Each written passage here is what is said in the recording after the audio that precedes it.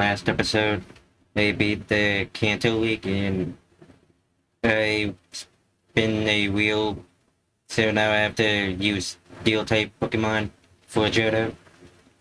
Most of this episode is just gonna get some farms up and running and probably catching up some Pokemon. Without further ado, I hope you guys enjoyed the video. So, starting off, I gotta Beldum because it's a Steel type that I'm gonna add for my Steel type team for Johto. It has a low catch rate, so I pretty much used as many Pokeballs as I could to catch this. I managed to get it in the Dusk Ball, and on my way back, I managed to find an Ultra Beast. I forget what this one's called, but it's an Ultra Beast that one of my friends likes a lot, so I caught it.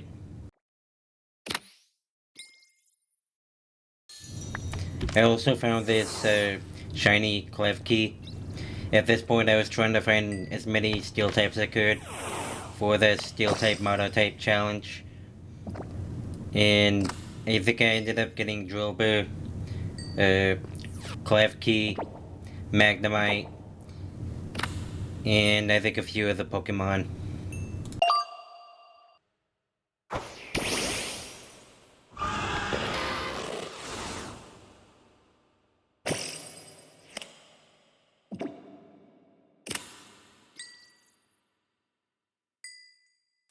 At this point, I was going through my berry farms when I found a wild Tapu Lele, and I caught it with one of the Master Balls I got from using Willow Coins as a gotcha in the game corner.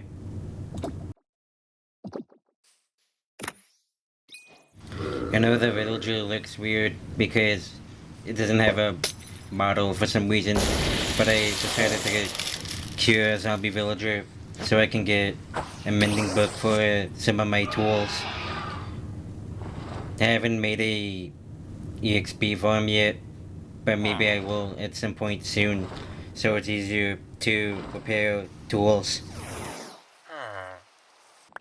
It didn't take long to get mending, but I also decided to go hunting for more Steel type Pokemon, such as Aaron, Togedemaru, and finally Pawniard. In the Cobbleverse mod pack, there's a way to get Mewtwo.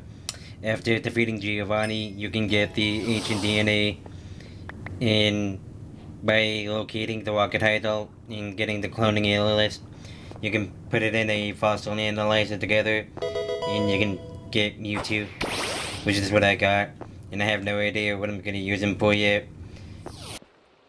Okay, last episode I did quite a bit. I made this farm. It's supposed to give me a passive Epo coins. Preferably I would like to make six of these, I think. I would rather have like 7 of these, one for each color. But I don't want to make all those because I can probably just buy more Pokeballs if I need them. I also set up this thing and ended up getting Mewtwo somewhere. Yeah, Mewtwo. He has good stats already. I also pretty much caught all my team. I just have to breed them all to level 1. I also got these Pokemon, which are pretty rare. I have a bunch of Cone Beasts for later. And I've been catching Pokemon for future ones. Over here, I made a farm for all the EV berries. It works really well. Eventually, I'm gonna have a farm for all the type berries as well, so I can get more type berries. I'll explain more later, but it's for the Poke Snacks. Down here, I originally put my Bitcoin farm over here, but it wasn't working very well, so I moved it to my base. And finally, I have this pasture with all the combies in it. They have a lot of honey now. And I put gimme goals in here before for a lot of for like coins, which I'm gonna have to figure out how I'm gonna make these pastures because I don't want it to be like this big. So I'm gonna make like a few pastures that are like pretty small. So I decided to keep working on the farm because I needed more of those berries for the Poke Snacks. It's not just useful for this video, but also for future videos because it makes catching certain Pokemon a lot easier, such as legendaries, which has a low encounter rate. And that's why I'm making this now, so I can stockpile all the berries for later. So I found this farm from Frozen Bandit, and if you guys want to check out the video yourself and recreate the farm much better, because I didn't have to replay mod to actually showcase this, so I was just cutting in the video. You should still check it out because I think it's pretty cool because it's so compact and easy to make.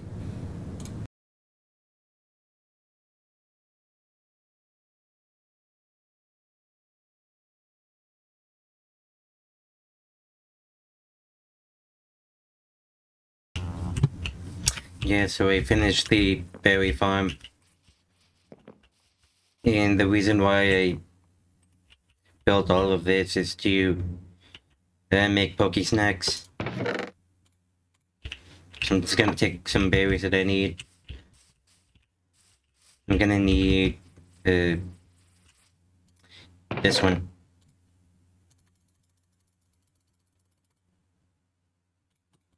So let me explain Poke Snacks real quick. For Poke Snacks, this is the recipe: 3 moo milk, 2 honey bottles, 3 hardy greens, and no favorite drop. You get a regular Poke Snack. So the way I like to do it is that I always want to have a golden apple because it has a reduced by timer of 100% and it boosts the rarity bracket of 1 tier.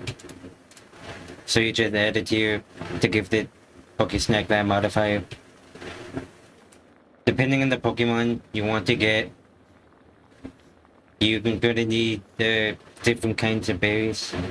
For this example, I'm gonna use a defense berry in a null type berry to make this Poke Snack, because this Poke Snack will allow me to get boosted odds for Terrapacus. So you see here, it says 3%. So every time the bite is taken out of this, it's going to be 3% chance to spawn a Terrapagos. Normally it's like really low. This is really useful for hunting legendaries, and I'm gonna be using this method of making Poke Snacks, getting the specific berries to get a Zacian, which I can't really use until I beat the 8 gyms of Kanto. I mean, not Kanto. I can't use Zacian until I beat the first 8 gyms of Johto. So it's mostly going to be a useful Pokemon for the Pokemon League. Yeah, this is how you make some Poke Snacks. You don't have to use Moo Milk, you can just use buckets of milk. Where Moo Milk such as easier because you can take your milk take wherever you want.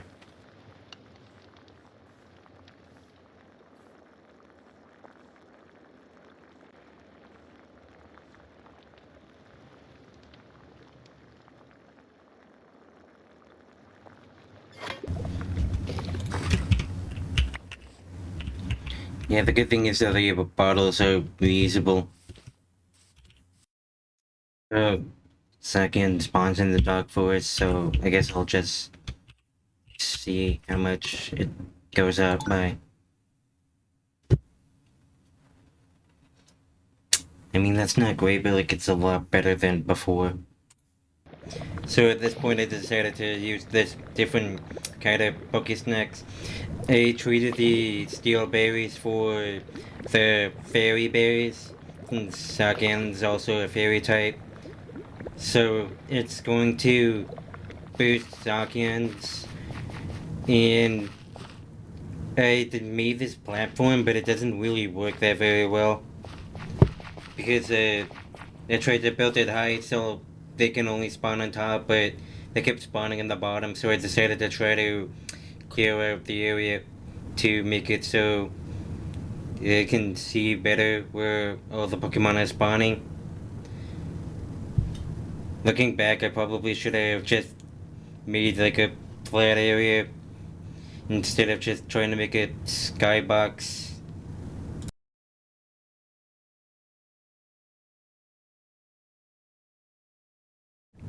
While working on this, I actually came across a different legendary.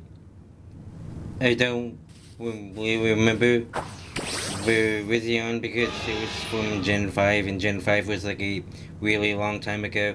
But I did use my Master Ball on it, and then after that, I finally got to work in a spawn a Zacian, and I used my other Master Ball on it, so that was pretty good.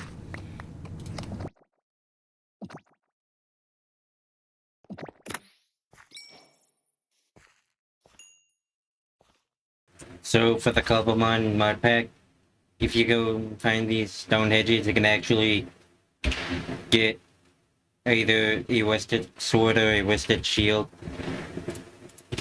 I think for the stone hedges that spawn in the Savannah biome, they give you the Wested Sword. Maybe I think these ones give you the shield, but I'm not certain. But that's not really relevant now, because for the Cobbleverse mod pack, which is the one that my server's on, there's a specific way to actually get these two items. So this is the Johto League, and it's just a weird color of the Kanto League, which is unfortunate, but it gets better as we go on the regions. So typically, these kinds of structures, they usually have like hidden stuff in them. And the reason why this one's relevant now is because if we go up to, I believe her name is Karen, but it's different for this mod pack because I think these names are Italian. So, okay, it is Karen, but I think the other names are Italian for later. So, in order to find the Wested Sword and Shield, you have to go in this room specifically, and you want to like look around to see that this one. So you notice how all of these are like black stone, and this one's just stone bricks. Behind here, there's a barrel, and then it'll have a Wested Sword and a Wested Shield. Yeah, that's basically the easy way to get the Wested Sword and Wested Shield in the Cobbleblades mod pack, which is what I'm gonna do for this playthrough. So yeah, that's how we got the Wested Shield and the Wested Sword for my Zacian. I may get a Samazenta later, but I'm not sure about right now because I don't think I will need it for Johto specifically. After getting this sword, I decided to show off the Crown Zacian to my friend. And by this point, I think he beat the all the regions and got like a few of the origin legendaries like Giratina, Palkia, and Dialga. So in the next episode, I'm going to try to beat all of the Johto gym leaders in the Johto League. In the meantime, I will try to work on my Steel type team, and I also have these patches to get Pokeloop that will probably help me in the next episode. So, see you guys later.